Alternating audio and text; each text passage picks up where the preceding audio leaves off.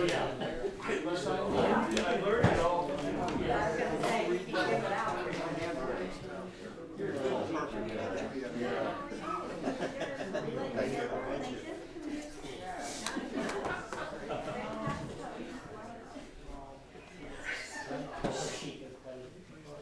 So, usually when I see a crowd like this, I wonder what's being given away for free.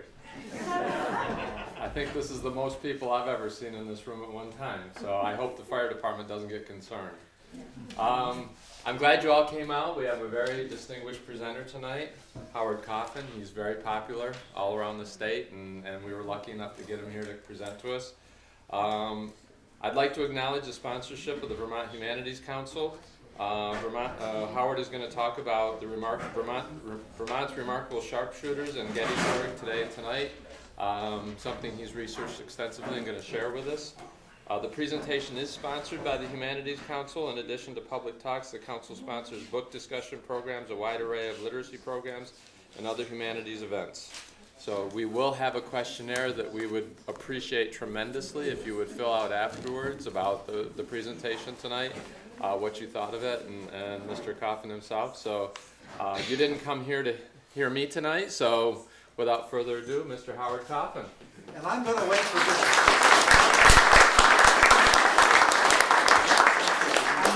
just a minute and make sure everybody has come in. Are my friends here from Orwell yet?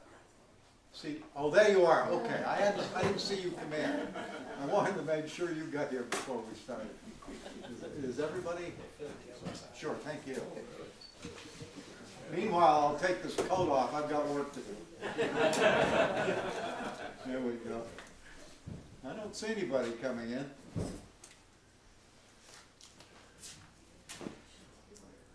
Okay. Well, good evening. Good evening. After that winter, it's too nice a night to be indoors, but I thank you all for coming out. Well, we could move across the street to the park. Oh, well, you know, it's always that possibility. I grew up in Woodstock, Vermont. If you can believe this, I grew up a poor boy. Woodstock is an interesting town. I was there yesterday, as a matter of fact.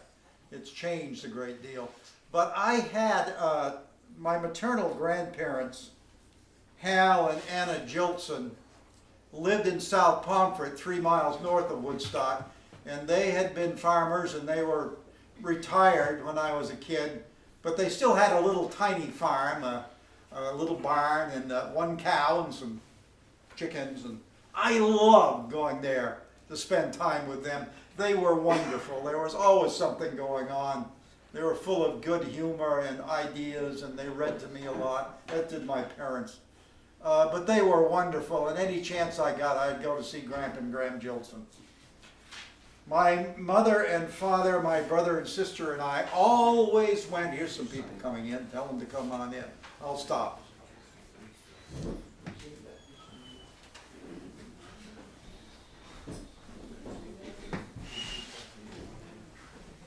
My mother and father always made sure we went to my grandparents on an autumn night well before deer season for the hunt supper. The South Pomfret hunt supper. And Woodstock, even Woodstock, but South Pomfret particularly, was still a farming community. I'm talking about the 40s, early 50s. And oh, those farm wives could cook. My God. Chicken biscuits and gravy and all. My God. Well, anyway, the South Pomfret hunt was a day-long event. And it culminated with the supper at night. Now, what happened was, it was a hunting contest. And the men of the town, and a few women, I know my Aunt Anna went out hunting, went out at first light and hunted all day. And they got points for what they killed. I remember my Uncle Alan coming to the house late in the afternoon, and he walked into the kitchen with a paper bag like this, full.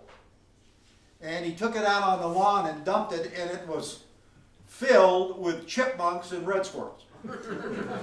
I don't know how many there were in that bag. I would say 100 at least. And I think you got 1 point for those. And I suppose you got 10 for a hedgehog, and for a woodchuck probably 7 or 8. And so it went like that. And no deer, of course, because that's waiting on deer season. But probably 300 South Pomfret hunters went out into the woods that day. It's a wonder there are any wildlife left in Pomfret. And then, they tallied up the score and awarded, I think, the first prize was $25, which was a lot of money then. And I know that my Uncle Alan did not win. But the reason I tell you that story is just to simply say that Woodstock, Pomfret, probably Bristol, all Vermont was a hunting, shooting state. It was what people did. It was their amusement. I was taught to shoot with a BB gun, and when I got in the Army, I was pretty darn good at it. Not that I don't any longer shoot. Case made, Vermonters were shooters. Hiram Burdan was a remarkable man. Come on in. We'll find room somewhere. That's a chair right here. There's one right up here. Any in the middle there? There's 2 there. There's 3 here. Yeah, there's 3 up here. Don't worry, bye. I'm in no hurry. We've got three more up here. We wouldn't be sitting on that little one. That's pretty weak, you think? What's the sign say? Hi. Sit right here beside me if you want.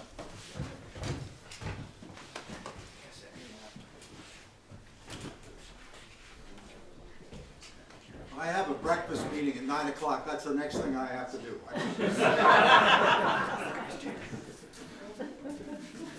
It has to do with saving part of the Gettysburg battlefield, so I better be there. Where was I? Hiram Burdan, as I said, was a remarkable man in most ways. He was born in Western New York. He grew up to become an inventor. And he had patents for many things, including a machine for separating gold from iron ore, which is still used, a folding lifeboat, and some kind of bakery equipment that he invented. By the way, you're going to see me tonight doing something I don't do very often, which is look at notes. I usually speak without notes, but this is a talk I'm very much still working on, and it's not in my head yet, so pardon me for putting my head down once in a while, but that's what's going on. So Hiram Burdan is an inventor, and he makes a tremendous amount of money, and when the Civil War began, he wanted to help, and so he had an idea. He had an idea, and he took it to Washington. And we know that he met with Secretary of War Simon Cameron, and some accounts tell us that he met with Abraham Lincoln. Burdan wanted to organize the best rifle shots in each one of the northern states into a regiment of sharpshooters. 750 men, 10 companies of 75 men each.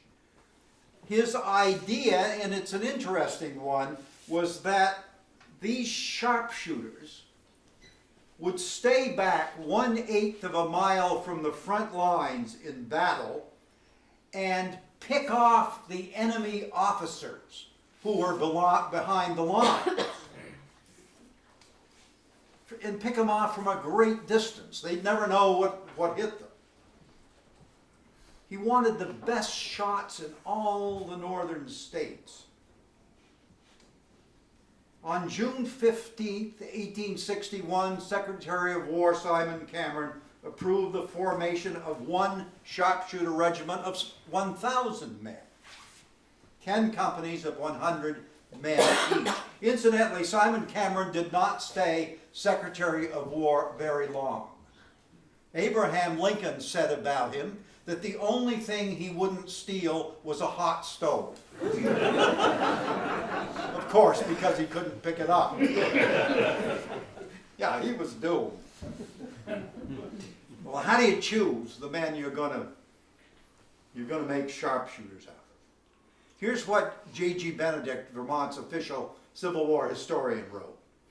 The conditions for enlistment required that each recruit should, in public trial, firing from the shoulder and without telescopic sights, in 10 shots, place 10 bullets within a 10-inch ring at a distance of 200 yards. And this test was rigidly exacted.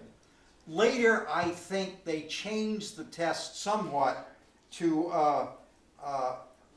perhaps to 100 yards, absolutely unsupported, the rifle unsupported. Anyway, that's tough.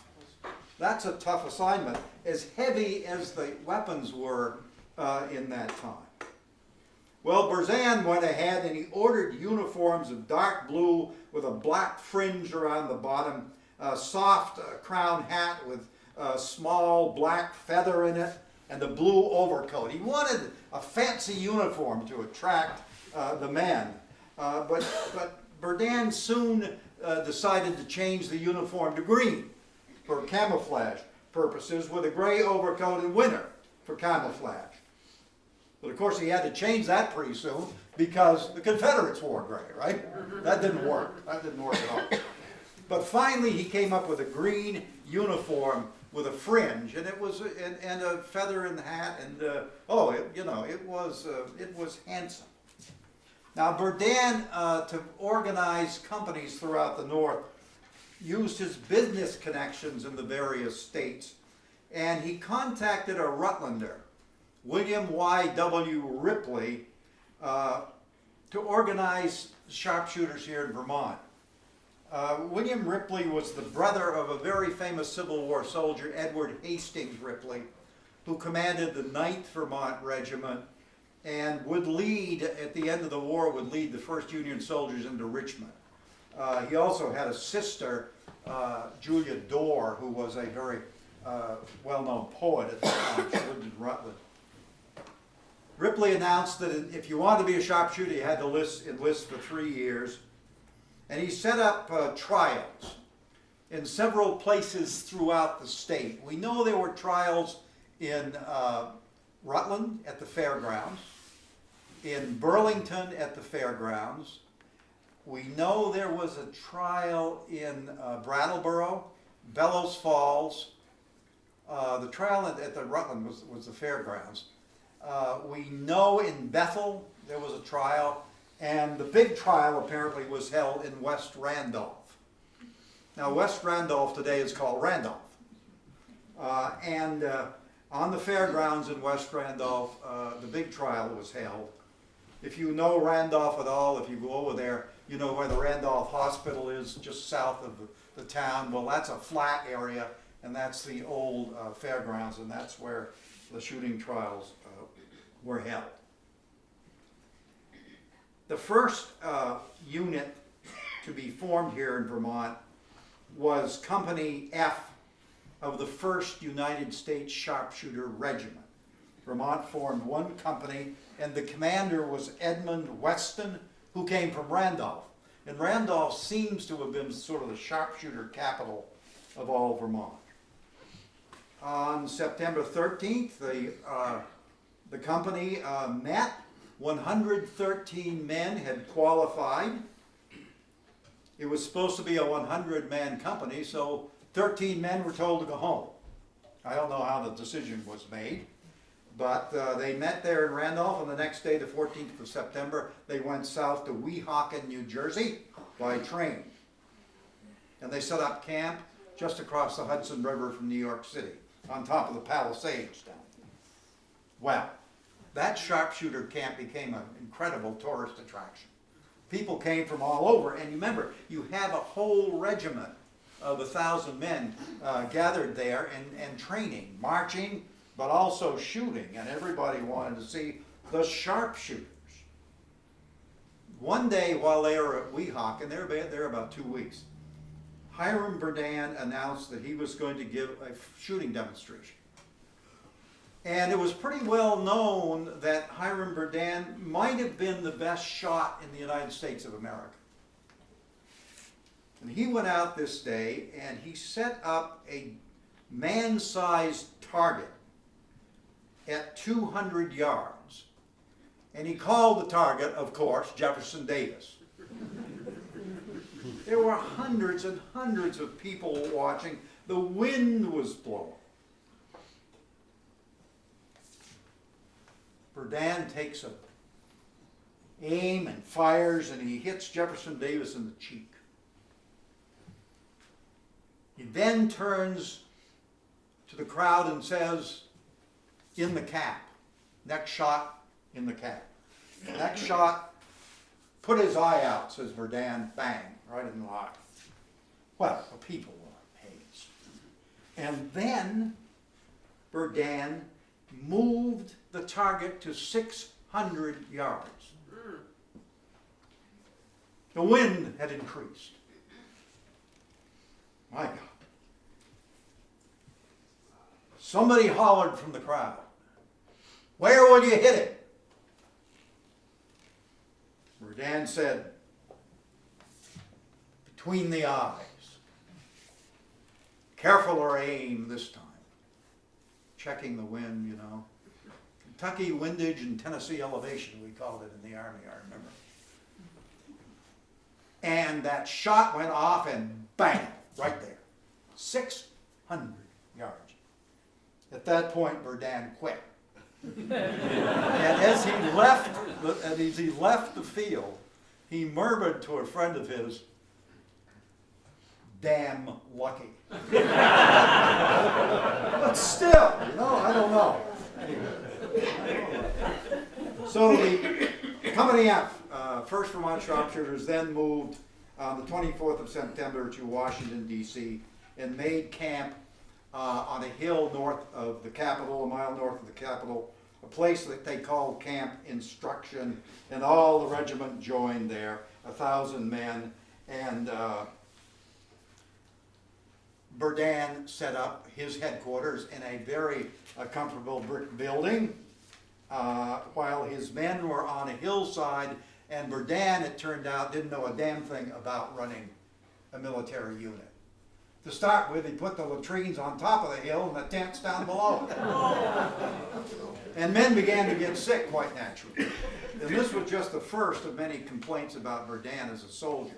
Nobody questioned his shooting abilities. One day while they're training down there, drilling and today firing, who should show up but George Brinton McClellan, the commander of the Army of the Potomac, and Abraham Lincoln. Berdan puts on another firing demonstration. The men show off their firing, and Lincoln comes up to a Vermonter, Cassius Peck from down in Brookfield, and asks to borrow his rifle. And the accounts of what Lincoln did are mixed, but everybody says that he could shoot. I mean, he's a frontier boy, you know. They don't say anything about him hitting somebody's eye at 600 yards, but you know, they say he could shoot. The training goes on. The men are beginning to complain. Now, they've all brought their own rifles. There's no government-issued rifles. Berdan tells them they're going to get Colts very soon. The Colts don't come, and then a few come, and the men don't like them. And then Berdan tried out a Sharps repeating breech-loading rifle, and he loved it, and he ordered them for the men, but they still don't come. When they did come, the men all took the bayonets and destroyed them. And it was a statement to Berdan that we are not infantry. We are something special. We're sharpshooters. We're not going to march like infantry. We're not going to be infantry. And we won't need these bayonets. Well, anyway, they made their point. Now, While the Vermonters are down there at Washington, two more sharpshooter units are formed. Companies E and H, 2nd U.S. Sharpshooter, one more regiment, 2nd U.S. Sharpshooters, 2 Vermont companies in this one, companies E and H. Let me get this straight, this is complex. So you have 2 out of 10 regiments in this, 2 out of 10 companies in the 2nd Regiment that are Vermont units. Company E mustered in at Randolph, commanded by a Randolph man, a railroad man named Homer Stoughton. And they arrived in Washington on the 24th of November. Company H, 2nd U.S. Sharpshooters, gathers at Brattleboro, and they reached Washington about as the year 1861 ends. The 2nd U.S. Sharpshooter Regiment, now that's for the one with the 2 companies in it, would serve in the Army of the Potomac's 1st Corps. The 1st Sharpshooters would also be a part of the Army of the Potomac, and they would fight in the Peninsula Campaign. That is really the first big action in the East in the Civil War. Spring of 1861. The Peninsula Campaign begins. The 100,000 man Army of the Potomac under McClellan goes by ship from Washington down the Potomac and all the way to the Virginia Peninsula to move against Richmond, the capital of Richmond, over land. It was about 70 miles by land from down there. The first fighting happens along the Warwick River, and that's where the Vermont Brigade, the famous Vermont Brigade, has its first big battle. At a place called Lee's Mill. It's a place where Vermont's most famous private was killed, William Scott, the sleeping sentinel. The sharpshooters got involved in the shooting back and forth across the Warwick River, which was a river about 100 yards wide. And the sharpshooters began silencing artillery batteries well back from the river. They were effective. And the Confederates quickly found out that these guys were dangerous. William Y.W. Ripley, in charge down there, one day he is out on the lines, which are well back from the river, and he sees one of his men get killed by a Confederate sharpshooter. And Ripley spots him in the trees way across the river. Ripley takes the dead man's gun and gets behind the corner of a building. And he's peeking out and he sees this Confederate at a range of at least 500 yards. And he's looking at the man, and this Confederate is just peeking up over the top of a trench. And Ripley waits and waits, and then he ducks out and fires. At the instant that he fires, the Confederate fires. The bullet intended for Ripley hits the corner of the building, and he is not injured. Ripley kills the Confederate with a shot to the head. It's extraordinary what these men could do with these weapons. The Peninsula Campaign begins. It moves up to Richmond, where Robert E. Lee takes command of the Union, of the rebel forces defending Richmond, and the minute that Lee gets command after Johnson is wounded, of course Lee, what else did he do? He attacks, right? There follows what is known as the 7 days of fighting, and Lee absolutely whips the pants off McClellan. It is just a beating, and Lee drives McClellan's army all the way to the banks of the James River, the first great offensive of the Civil War. The sharpshooters perform magnificently in this campaign, particularly at the last battle on Malvern Hill, where the Union holds high ground. They finally got the territory they want, the place to stop the Confederate advance.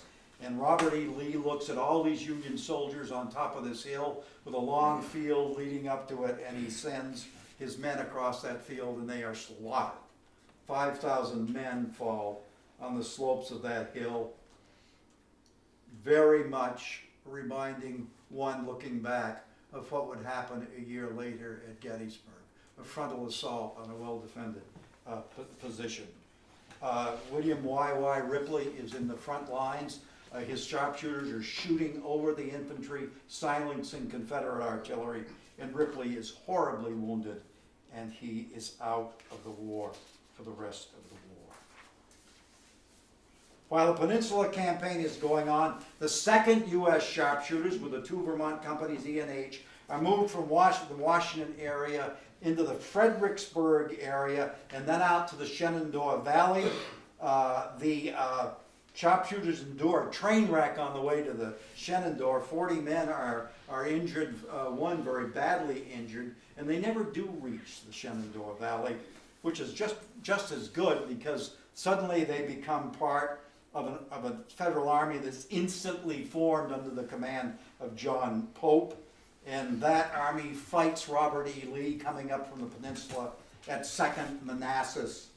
And the 2nd Vermont sharpshooters are right in the middle of the fight. I've been to the place where they fought at 2nd Bull Run, right in front of the Confederate lines, almost no cover. It was a remarkable job, a brave job of fighting in that Union loss. Now Lee, with a great victory at 2nd Manassas, 2nd Bull Run, moves to invade the North in the campaign that will end in the Battle of Antietam. The Union Army has to fight its way to the Antietam battlefield up over the mountains through Turner's Gap. I've always known that the 4th Vermont Regiment led the assault up Turner's Gap. We've been there, haven't we, Buxton? And I now know that the sharpshooters played an incredibly important role in picking off the Confederate defenders before the 4th even went up the hill. Another remarkable job of fighting. The sharpshooters and the Army of the Potomac reaches Antietam for the bloodiest day of the Civil War. 23,500 Americans killed in what basically was a standoff. And the sharpshooters fight in the cornfield at Antietam. The bloodiest of the bloodiest battlefield was at the cornfield. 7,000 men were killed or wounded in 2 hours of fighting early in the morning. There's a monument to where the Vermont sharpshooters fought, trying to hold off Stonewall Jackson's men. It was a magnificent Vermont performance.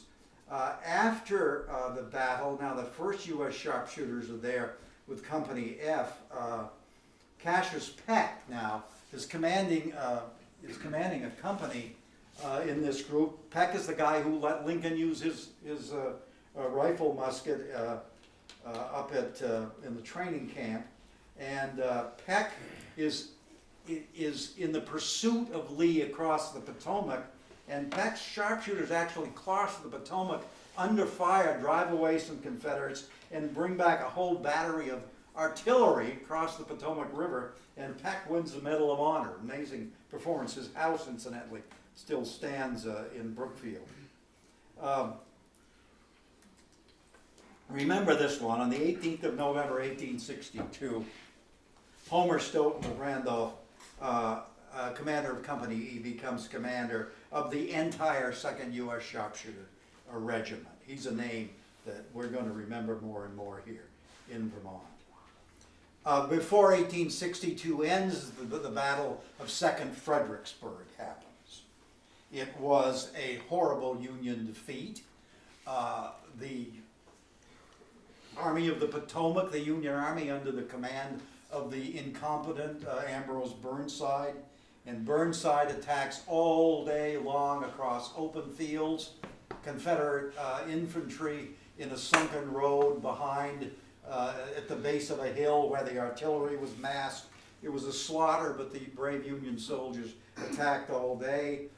Company F of the sharpshooters was involved in that fighting and fought well. They were unable to get off the battlefield until darkness, when they piled the bodies of fellow Union soldiers in front of them and crawled away. It was again a remarkable performance by the Vermonters. The sharpshooting idea that Bourdain had is proving to be a very, very good one. But there's a strange spin-off from all this. The soldiers of both armies, and there were Confederate sharpshooters also, and they were damn good. The soldiers of both armies came to dislike the sharpshooters. Even the Union soldiers disliked the Union sharpshooters. The problem was, you see, that say if you've been fighting on the front lines in a battle and you were finally granted permission to go to the rear and rest, and you're to be out of danger for a while and get something to eat, you know, and maybe fall asleep for an hour, and you get way back there and you're sitting there by your campfire and all of a sudden you're dead because a sharpshooter in a tree a mile away has seen you and bang. And this happens on both sides, and the sharpshooters just simply don't think it's fair. And you can understand that very, very readily. As a matter of fact, there are incidents on both sides. I know more about the Union Army than the Confederates, but of sharpshooter units marching by and soldiers of their own side hissing and booing and cursing and, you know, saying unfair, you know, rats, you know, the sharpshooter rats, as they were sometimes called. But nonetheless, their effectiveness was tremendous. Now, in the spring of 1863 comes the great battle at Chancellorsville. The Army of the Potomac is under Joseph Hooker, and he crosses the Rappahannock River west of Fredericksburg and steals a march on Robert E. Lee's Army of Northern Virginia and seems to have Lee beat. But Lee and Jackson conspire and move out and meet Hooker, and they send Jackson on a 20-mile flank march to surprise the Union Army. And Lee miraculously turns Chancellorsville from a Confederate defeat to an amazing Confederate victory. The sharpshooters fight hard at Chancellorsville around Fairview Cemetery, actually at one point capturing 600 Confederate prisoners who could not stand the fire they were under, the accurate fire. It was a remarkable performance by the sharpshooters, of course, including the Vermonters. What, of course, was the result of Chancellorsville? Robert E. Lee's greatest victory. It's a remarkable piece of generalship. Is that Robert E. Lee decides to try once more to invade the North. And he sets his army in motion to west, crossing the Blue Ridge Mountains into the Shenandoah Valley, and then he turns north, marching from Maryland and Pennsylvania.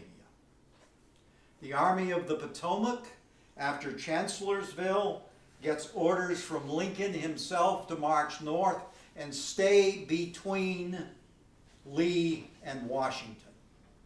And on the way north, Lincoln orders a change in command. Joseph Hooker is fired as commander of the Army of the Potomac, and George Gordon Meade replaces him. Now all three sharpshooter companies from Vermont are in the Army of the Potomac. They're in the 3rd Corps of the Army of the Potomac under a rather incompetent general named Daniel Sickles. We're going to hear a lot about Sickles. And let me just take a second to say a couple of words about Dan Sickles. Dan Sickles never should have been a general. Dan Sickles was a politician. He was a powerful politician, a powerful figure in Washington, and he had gotten himself in some very serious trouble before the Civil War. He had murdered his wife's lover, who happened to be a famous man, the son of Francis Scott Key, who wrote the national anthem. But Sickles got himself a damn good lawyer, and Sickles was a good lawyer too, and he beat the murder rap using the insanity defense. The first American ever to use the insanity defense and beat a murder rap. So Sickles was a famous man in America. but he had so much political power, he wanted to be a general, and Lincoln didn't dare say no. And now he's commanding a 12,000-man corps in the Army of the Potomac, headed for Pennsylvania. We're going to hear an awful lot about it soon. So the two armies move into Pennsylvania. The Army of the Potomac crosses the Pennsylvania line on the first day of July, 1863. Already the fighting has begun as the armies have begun to collide at a town 9 miles north of the Pennsylvania-Maryland border, where 9 roads come together, and the name of that town, of course, is? Gettysburg. Gettysburg. Absolutely. Here's Gettysburg. All those roads come together. The first day of fighting, July 1st, when the battle begins, there's 2,500 Union cavalry under John Buford. And they're in this area, to the west of town. And coming down the Chambersburg Pike, thousands on thousands of Confederate infantry under Harry Heath, the advance of Longstreet's corps, the advance of Harry Hill, of A.P. Hill's corps. And Lee is back there somewhere coming along too. And pretty soon those cavalrymen are outnumbered, but the First Corps of the Army of the Potomac gets there just in time and lengthens the line, and then the 11th Corps under Oliver Otis Howard extends the line here, and the fighting is furious. The first day at Gettysburg is not famous, but the casualties are extraordinary, some 20,000. And at the end of a very difficult day of fighting, the Army of the Potomac, the Union Army, is driven back through Gettysburg to take position on the high ground selected by Oliver Otis Howard, a line running from Culp's Hill to Cemetery Hill, and then 3 miles south to 2 very famous hills.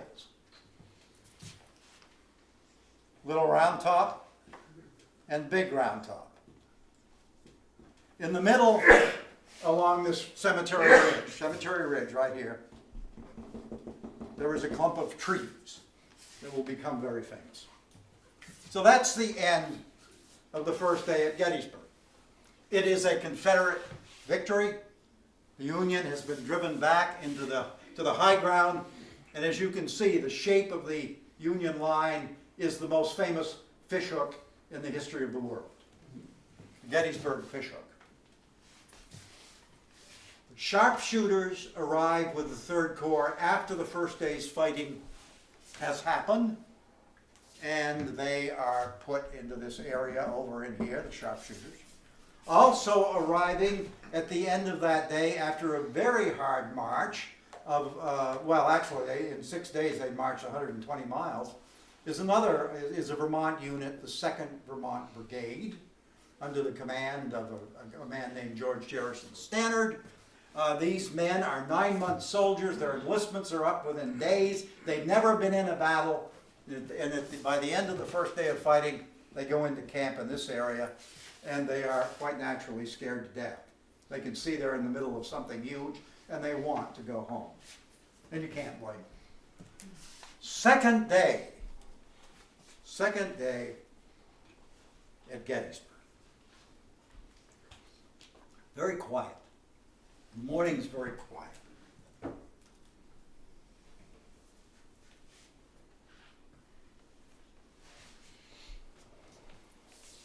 Why is it so quiet?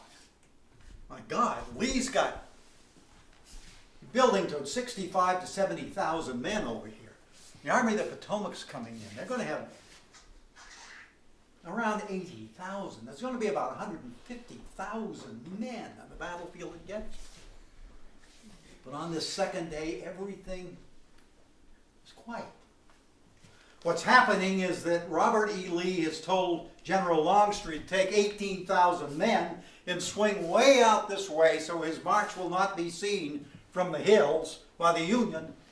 Bring 18,000 men and attack the southern end of the Union line.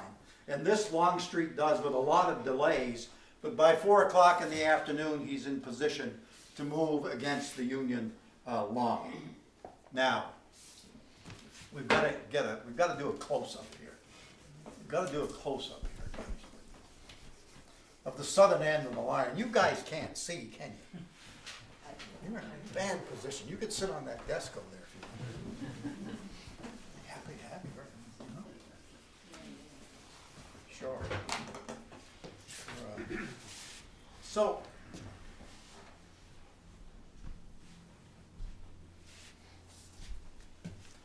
remember, drawing the whole map for you, here's the Union line coming down Cemetery Ridge. And it comes down to Little Round Top, which is actually shaped like this. And then Big Round Top, which is much higher, is just south of it. Big Round Top rises about 300 feet above the general battlefield. Little Round Top's only about 100 feet high. But a Big Round Top is covered with trees. You can't see anything from it. Little Round Top is bare rock. You can see the whole battlefield from the top of Little Round Top. Here is the Emmetsburg Road, which runs down the middle of the valley. Over here is Seminary Ridge, where the Confederates are. Longstreet is coming down in this direction with 18,000 men. Now, as the day proceeds, Daniel Sickles, our politician general, is commanding the 3rd Corps, and they're right in this area along Cemetery Ridge. 12,000 men. And Sickles is getting very, very worried because he's looking out to the Emmetsburg Road, and he's on Cemetery Ridge. But in this area, Cemetery Ridge drops down. And so the area where most of his men are is lower than the Emmetsburg Road. And Sickles is making an argument to the Union command, if the Confederates get command of the Emmetsburg Road, they're going to be higher than I am, they'll bring their artillery out, and I won't have a chance. It's an interesting argument. And it's still being debated today. Books are still being, I'll bet you there's 10 books being written about it right now.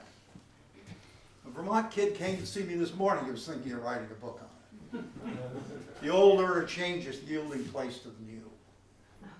I was glad to see that kid. Sickles asked permission to move his 12,000 men to the Emmetsburg Road, about a half a mile. Meade said, no, that would break my line. Keep the continuity of my line. There may be problems with your position, but at least we're all in a line. About 1 o'clock in the afternoon, Sickles says to hell with Meade and moves his 12,000 men out to the Emmetsburg Road. And this is about the shape of the line suddenly that he has. It's a bulge in the line, which in military terms is called a salient. And salients are dangerous because you can't concentrate fire from salients. You see, your guns are pointed in all different directions here, you see. But anyway, now Sickles has the high ground that he needs, and it includes a famous wheat field and peach orchard out here, and now he thinks he's all set, okay? So the sharpshooters now are moved out into this area to protect the left flank of this bulge in the Union line. There's a very famous place right in here, Devil's Den. If you go to Gettysburg, you'll see that pile of boulders right in there. Sharpshooters are moved into this area. Longstreet, by 4 o'clock in the afternoon, has aligned his men for an 18,000 man attack. But in the early afternoon,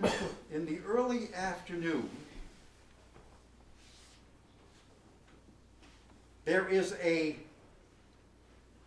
reconnaissance made by Company F of the 1st Sharpshooters, including Vermonters. And they are ordered to go out to the Emmetsburg Road, turn south, go west, and turn north to see if there's any Confederates around. Are there Confederates around? Woo!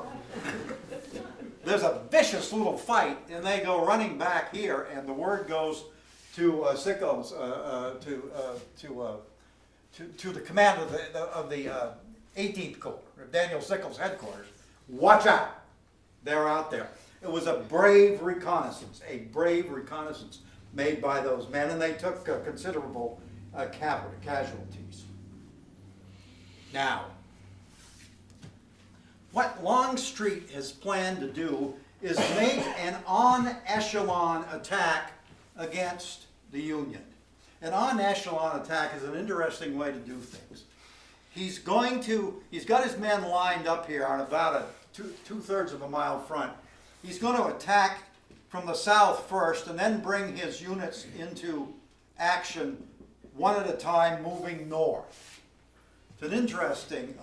It's an interesting formation. He's got 18,000 men, and he's going to start the attack with 7,000 men under John Bell Hood, the Texan. And Hood gets his men lined up in here as 4 o'clock approaches. He opens fire in this direction with his artillery. At about this time, an engineer in Dan Sickles' command named Gouverneur Warren comes riding down this way to check on the alignment of Sickles' corps. He thinks they made a mistake going out there, but he says, I better find out that their flanks are anchored. And to Warren's absolute mortification, he rides up on Little Round Top, and there's no Union soldiers up there. He knows full well, because he has as good an eye for terrain as any soldier in the Union Army, that if Confederates get artillery up on that bare hill, they can fire the length of the Union line, and this Cemetery Ridge line will become impossible to hold. In other words, if you capture Little Round Top, you're going to win that battle. Warren rides down, gallops down off the hills, feeds the first troops he gets. Strong Vincent's brigade hurries him up to the hill, and Vincent puts his men on Little Round Top, and way out on the vulnerable left end, he puts the famous 20th Maine Regiment under Joshua Lawrence Chamberlain. Okay. Joshua Lawrence Chamberlain. Subject of the book, The Killer Angels. Star of the movie Gettysburg.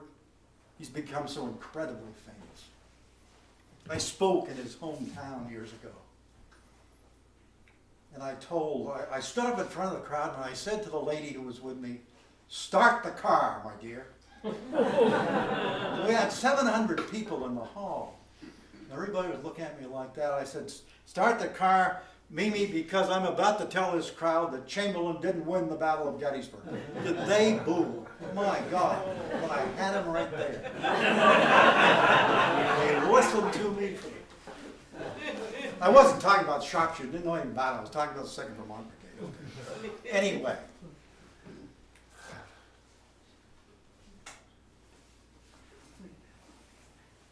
Well. Companies E and H, 2nd Sharpshooters, moved down from this area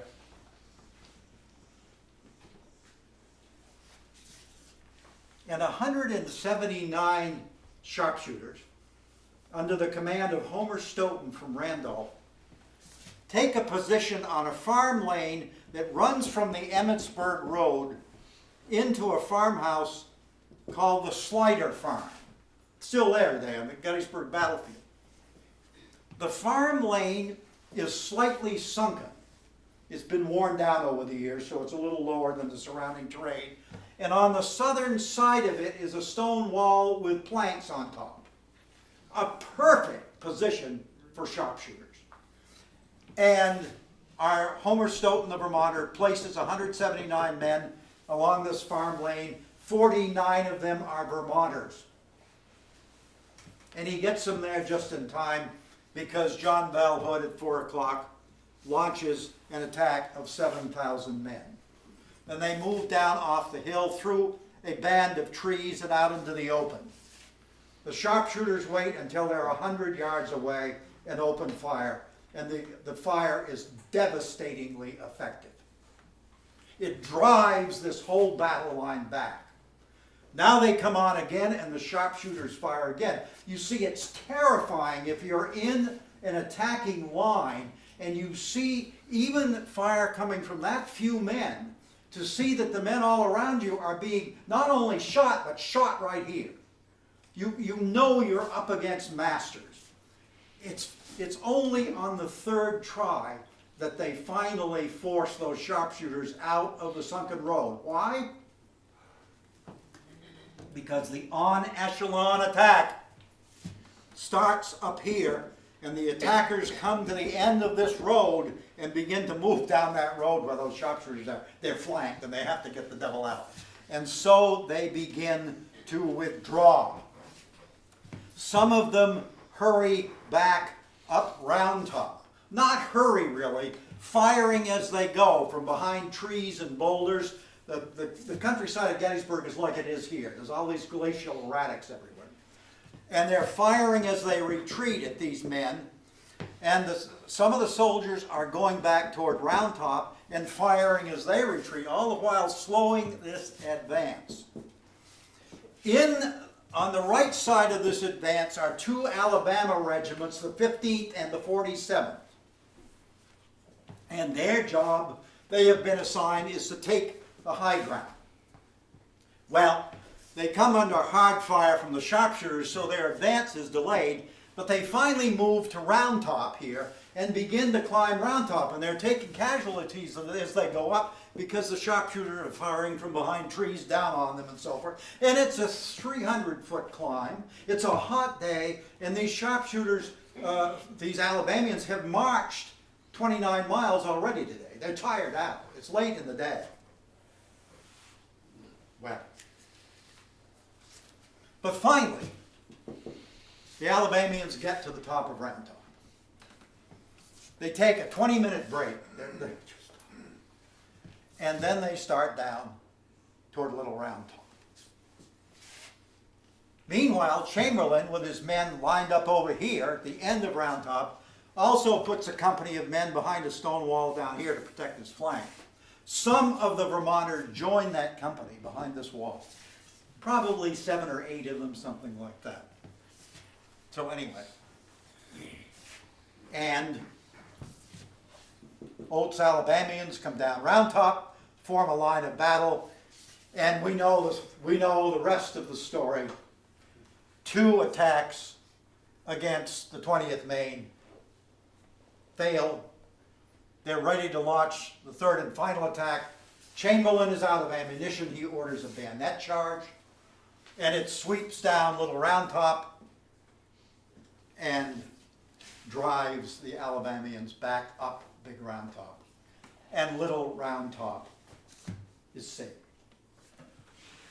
And the second day at Gettysburg is a Union victory, in that the Confederates were not able to get the high ground and destroy the Union line.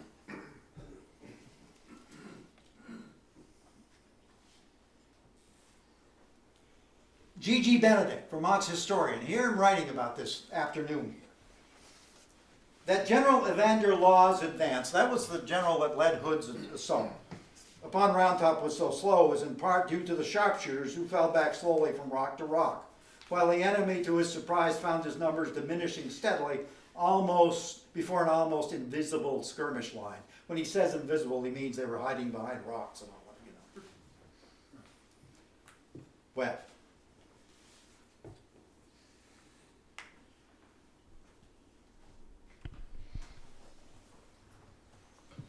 so the second day is a Union victory. The third day at Gettysburg, of course, goes into history as the most famous day in the history of American military exploit.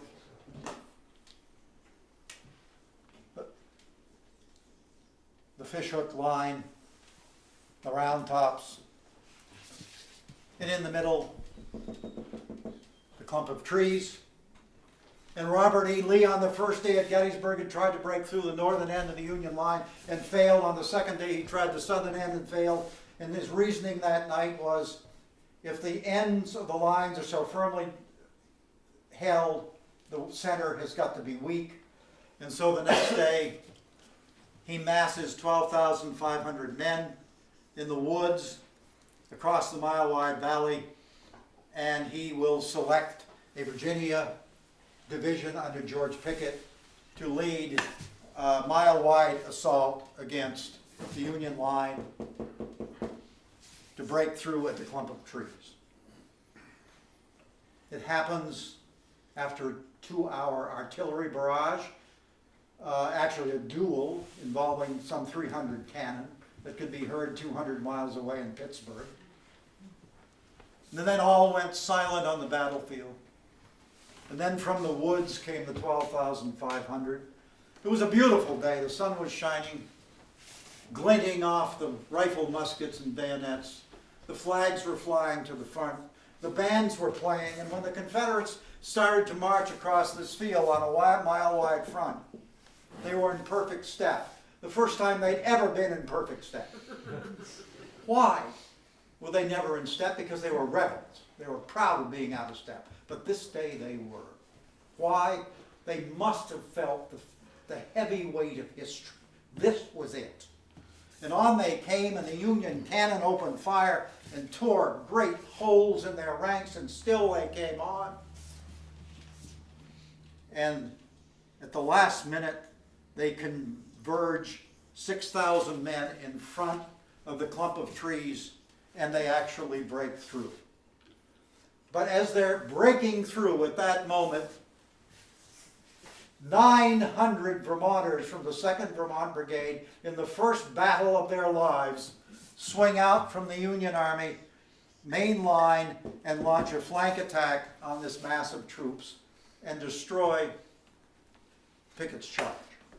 And when the captives came in from the Confederates, all battered and bruised and bloody, they said, it was that fire from the right we couldn't stand.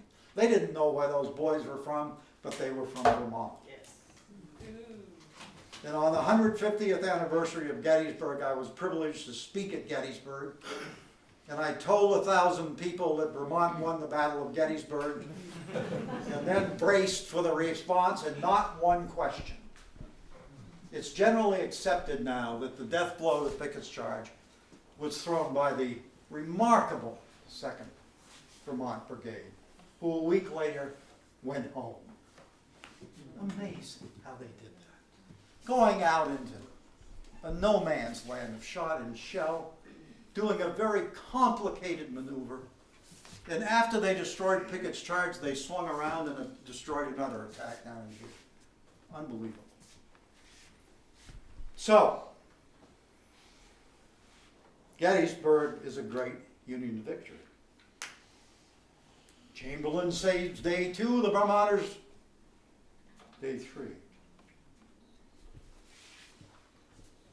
Well, wait a minute now. Let's read Homer Stoughton's official report on his action on the 3rd day at Gettysburg. The enemy advanced a line of battle covering our entire front and flank. While they were advancing, the 2nd Regiment, my regiment, did splendid execution, killing and wounding a great many. One regiment broke 3 times and rallied before it would advance. He's talking about the Confederates there. I held my position until their line of battle was within 100 yards of me, and their skirmishers were pushing my right flank when I ordered my men to fall back, firing as they retired. My left wing retreated up the hill and allowed the enemy to pass up the ravine, from where they poured a destructive fire into his flank and rear. Nice report, okay? Nice report. Now, 18 years later, Homer Stoughton, who commanded, the boys in the Slider Farm Lane and all that, and, wrote this nice report, goes to our Civil War reunion at one of the battlefields, and I can't yet find out where he went. My guess is Gettysburg, but I'm not sure. They had them everywhere. And there were Confederates there, and there were Union soldiers there, I suppose, usually by the thousands. And who does he meet but Colonel Oates, who tried so valiantly to capture Round Top, who Stoughton's men had been firing at as they came up Big Round Top, you know, and they got along well. They met and got along well, and after Stoughton gets home, he gets a letter from Oates. Listen to it. The great service which you and your command did was, first, in changing my direction and in drawing my regiment and the 47th Alabama away from the point of attack, parentheses, Little Round Top. You drew off and delayed this force of over 1,000 men from falling on Vincent and the Union left. Now, as you know, Joshua Lawrence Chamberlain is part of Vincent's command, so what he's saying is, you know, you delayed this force of over 1,000 men from falling on Vincent and Chamberlain, and the Union left at the same time of the attack of Law's other 3 regiments over here on the Emmitsburg Road, the Texas and Georgia brigades. But for that service of yours, I am confident we would have swept away the Union line and have captured Little Round Top, which would have won the battle for us. Wait a minute. He is saying there it was the sharpshooters who saved Round Top, not the 20th Maine. He said, but for us, we'd have gotten to Round Top before the 20th Maine was there. So who does that make the heroes of the second day at Gettysburg? I rather think it makes the sharpshooters, and those boys in the Slider Farm Lane were the ones that did it, and most of them were Vermonters. I'm about ready to rest my case. 6 months ago, an old friend of mine presented his great-grandfather's sharpshooter rifle. He was in Stoughton's company, to the Bridgewater, Vermont Historical Society, and I was asked to speak at the event. And at the close of the event, Darrell Thompson, who was a very modest fellow, he didn't want to speak, handed me a copy of this letter. And I took it home, didn't pay attention to it, and read it, and I almost fell down. What this says.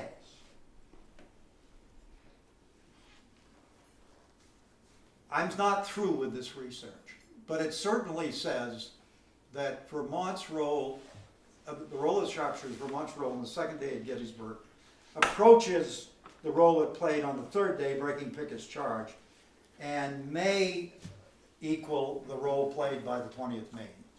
I've got a long way to go with this. If God gives me time, I might get a book out of it. I don't know. But Gettysburg was so important because the Confederacy was never the same after Gettysburg. Lee's army was weakened beyond repair. The Civil War turned at Gettysburg, and the next day Vicksburg fell 1,000 miles to the west on the Mississippi. And on November 19th, 1863, when they just dedicated the National Cemetery at Gettysburg, they invited a Massachusetts man, Edward Everett, to give the big address, and finally somebody said, well, we ought to have the president. And somebody said, well, yeah. And Lincoln's staff didn't want him to come, but Lincoln said, I'm going. Because Lincoln had something to say. It was time to tell the country why we were fighting the Civil War. There'd been a lot of foolishness early on the war about saving the Union and all that, but Lincoln was going to Gettysburg to tell the country why we were fighting the Civil War, and he did. And what the Vermonters did, and what the 2nd Vermont Brigade did at Gettysburg, and what the 20th Maine did, what 80,000 Union soldiers did at Gettysburg, what Lincoln said at Gettysburg makes it all worthwhile. 7 years ago, our fathers brought forth on this continent a new nation, conceived in liberty and dedicated to the proposition that all men are created equal. Now we are engaged in a great civil war, testing whether that nation, or any nation so conceived and so dedicated, can long endure. We are met on a great battlefield of that war. We have come to dedicate a portion of that field as a final resting place for those who here gave their lives that that nation might live. It is altogether fitting and proper that we do this, but in a larger sense we cannot dedicate, we cannot consecrate, we cannot hallow this ground. The brave men living and dead who struggled here have consecrated it far above our poor power to add or detract. The world will little note nor long remember what we say here, but it can never forget what they did here. It is for us, the living, rather, to be dedicated here to the unfinished work which they who fought here have thus far so nobly advanced. It is rather for us to be here dedicated to the great task remaining before us, that from these honored dead we take increased devotion to that cause for which they gave the last full measure of devotion, and we here highly resolve that these dead shall not have died in vain, that this nation under God shall have a new birth of freedom, and that government of the people, by the people, and for the people, shall not perish from the earth. What did Lincoln start with? He started with 77 years ago. 77 years ago. How many years in a score? 20. So he's talking about 87 years, right? 87 years from 1863. Subtract 1776. What Lincoln is saying is this country began with a Declaration of Independence that said that all men are created equal. We have never paid any attention to that. Now, with a new birth of freedom, we're going to. And those words resonate today as perhaps they never have in the history of this country for the good of America. Thank you for listening.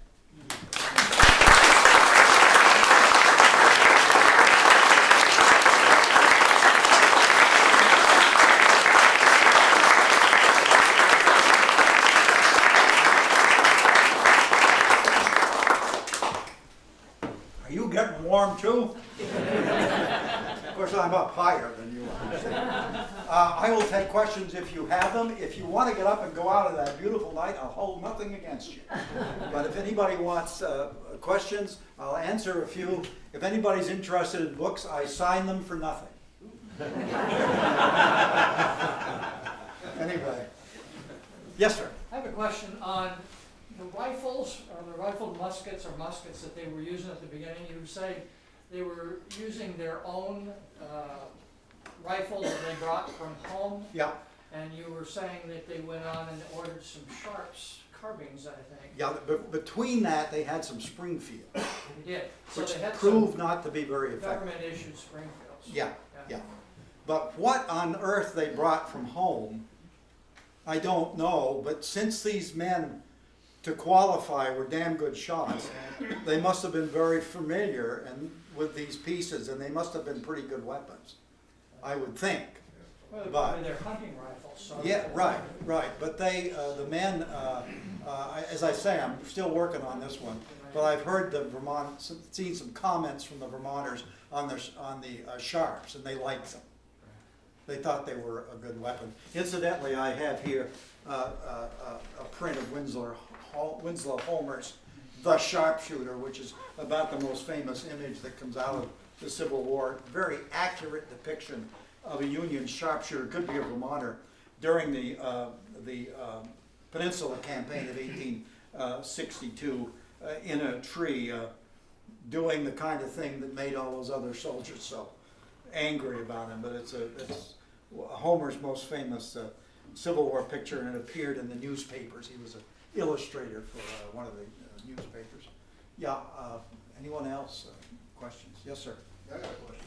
How come when you go down to Gettysburg, I've been down there a couple times, you take the guides down there that take you on the battlefield tours and all this stuff. How can they downplay Vermont's role in that so much? They do it a lot. Well, until I wrote 9 Months to Gettysburg, they didn't say anything about Vermont. You know, I was at Gettysburg a year ago by myself for 4 or 5 days, and one afternoon I sat on the big Vermont monument. It was a beautiful afternoon, and I read, and you know, just enjoyed being out there. I was there probably 3.5 hours. One Vermont car went by. It's not that Vermonters don't care, it's just there aren't very many of us. You know, that we're a very small state. And Vermonters love to go to Gettysburg, but you know, you just don't. And I think it's the guides are generally pretty good people, although a lot of them have something of a southern bias. But because Gettysburg is almost a southern town. But I just don't think they get that many people who are interested in Vermont, because there aren't that many of us, and so they don't put their energies into learning what Vermont did. They certainly ought to, because it really is the big story of the third their day. job to historically get that as correct as possible, how that battle went? Yeah, well, you know, it's a funny system down there. Those guides are not national park rangers as a rule. You know, they're hired by the park after taking stringent tests and all that kind of thing. But once they're licensed, they're, you know, they're kind of on their own, and they tend to stress what they want to stress. And I don't know of one Vermonter that's in that group. You know, I've never known a Vermonter that was a guide at Gettysburg. I've learned the most about that is watching you on YouTube. Good. Good. Yeah, I watch you, I've watched, I don't know how many times on there. Well, good. I had a bus tour We're down talking there a about month Pickett's ago. charge and all the other stuff, Yeah. and you say more about it than any of those guys ever did. Yeah. No, they don't put a very high priority on it, but things are improving. Things are improving, slowly. But I need somebody coming behind me. That's why I'm looking for signs of these young people that are getting interested. Anyone else? Yes, sir. I have a question going back to the rifles. Number one, were they produced here in Vermont? You Number mean? two, when did the rifling come in that gave them the extra range that they could use? Yeah, you're getting into an area I don't know much about. I don't know much about weaponry.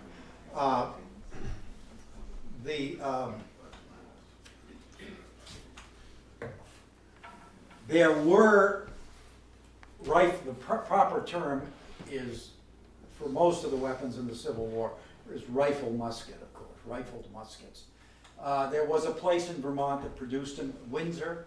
The Windsor Armory produced about, I think, 150,000 rifle muskets. Beyond that, the Windsor Armory is incredibly important in the history of the Civil War, because it's estimated that half of all the handheld weapons used by the Union Army contained at least a part made at that place. As far as when the rifling happens, I'm not sure. Of course, at the beginning of the Civil War, there are a lot of muskets around. But that Springfield Army in Massachusetts began turning out rifled muskets by the tens of thousands immediately. And so, you know, that made a hell of a difference in the accuracy, of course. And then, of course, toward the end of the war, you're getting the sharpshooter repeaters, which the Confederates said weren't worth a damn, because they said our boys take better aim because they know they aren't going to be able to get off as many shots. I don't quite find that. Anyone else? Yes, sir. I wonder, Howard, after Gettysburg, when you get into the Overland campaign, what happened with the 2 sharpshooter regiments? Because I understand that the Union command structure had no interest in scattering sharpshooters around, and they turned them basically into infantry. They were brigaded with regular infantry regiments. Well, the 2 sharpshooter companies, 3 sharpshooter companies in the Union armies, including the 3 Vermont companies, stayed as a units through the war. And I could go on for another hour on the history of the sharpshooters after Gettysburg. It's a very good one, and one of the great stories that I love is during the Overland campaign, when the armies are moving from Spotsylvania to Cold Harbor, they go through Bowling Green, Virginia, and they find about 600 slaves in the county jail, and they set them free. It's a wonderful moment. The Vermont sharpshooters free them. Then they fight at Cold Harbor, they fight at North Anna, but then they fight in the siege of Petersburg. And I have some accounts of Vermont sharpshooters being killed by other Confederate sharpshooters in the Petersburg siege. They took heavy casualties there, but they kept on right until the end of the war as sharpshooters. And the casualties are very heavy. The one thing I haven't told you, and I almost got by me, is that Vermont had by far the most sharpshooters in the Union armies on a per capita basis. About 1/6 of all the sharpshooters who served were Vermonters. 620 Vermont sharpshooters served in the Union Army. It's far more on a per capita basis than any other northern state. It's remarkable. And it gets back to my hunt supper, you see. Everybody up here shot and ate. Yeah. Thanks for listening.